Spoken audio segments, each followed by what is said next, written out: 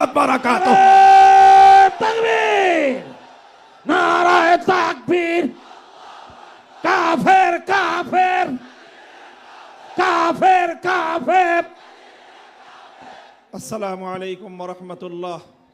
নাহমাদুল্লাহ তাআলা ওয়া নুসাল্লি আলা রাসূলিহিল কারীম, আম্মা বা'দ। ক্বালা রাসূলুল্লাহ সাল্লাল্লাহু আলাইহি ওয়াসাল্লাম, ফাআনা আল-লাবিনাতু ওয়া আনা খাতামুন নাবিয়্যিন।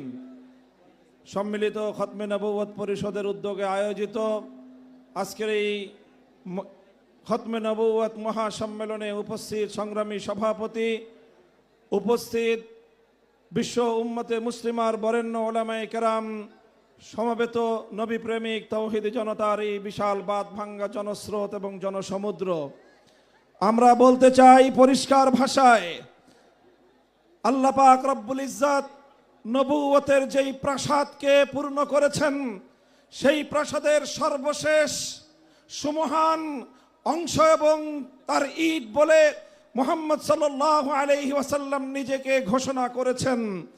আল্লাহর নবীর পরে ইসলামের নবুয়তের এই সুমহান প্রাসাদে অন্য কেউ যদি নবুয়তের পরিচয় দিতে চায়, সে নবুয়তের এই সুমহান রাজপ্রাসাদে আবর্জনা, ময়লা বলে বিবেচিত হবে।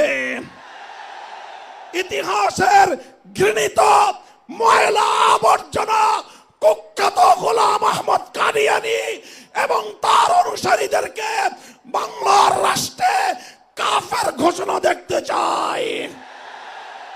পরিষ্কার বলছি, আমরা 2013 সালের নবী প্রেমিক তাওহীদি জনতার শাপলা চত্বরের রক্তের উপর 24-এর যে বিপ্লব